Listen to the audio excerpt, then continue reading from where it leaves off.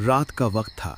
एक सुनसान पहाड़ी के नीचे छोटे से गांव में सब सो रहे थे, लेकिन ब्रूस बैनर की आंखों में नींद नहीं थी। वो गांव से दूर एक पुरानी झोपड़ी में बैठा अपने कांपते हुए हाथों को देख रहा था।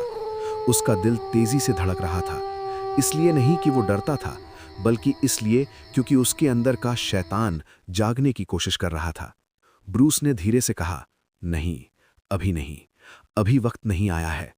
लेकिन किस्मत को कुछ और ही मंजूर था। अचानक गांव की तरफ से चीखने चिल्लाने की आवाजें आने लगीं। कुछ हथियारबंद गुंडों ने गांव पर हमला कर दिया था। वो मासूम लोगों के घर जला रहे थे। एक नन्ही बच्ची की रोने की आवाज ब्रूस के कानों तक पहुंची। ब्रूस ने अपनी आंखें बंद कर लीं।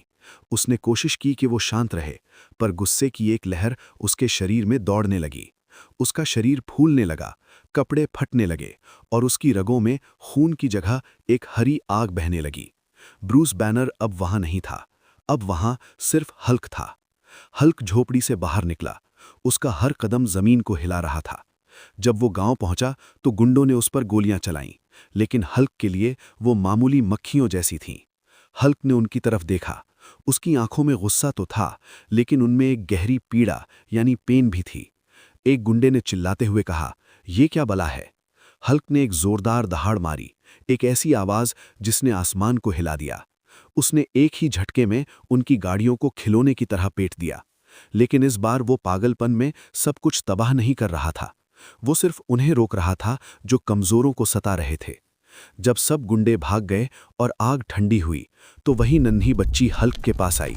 वो डरी नहीं। उसने अपना छोटा सा हाथ हल्क की बड़ी सी हरी उंगली कर रखा। हल्क, जो अभी तक एक तबाही का तूफान बना हुआ था, अचानक शांत हो गया। उसने बच्ची की तरफ देखा। उसकी आंखों में एक आंसू चमका। वो समझ गया था कि दुनिया उसे हमेशा एक राक्षस ही समझेगी, चाहे वो कितनी ही मदद क्यों ना करे। यही उसकी असली ट्रेजेडी थी। बिना कुछ कहे हल्क वहां से अंधेरे जंगल की तरफ निकल गया, ताकि ब्रूस बैनर फिर से कहीं अकेला हो सके।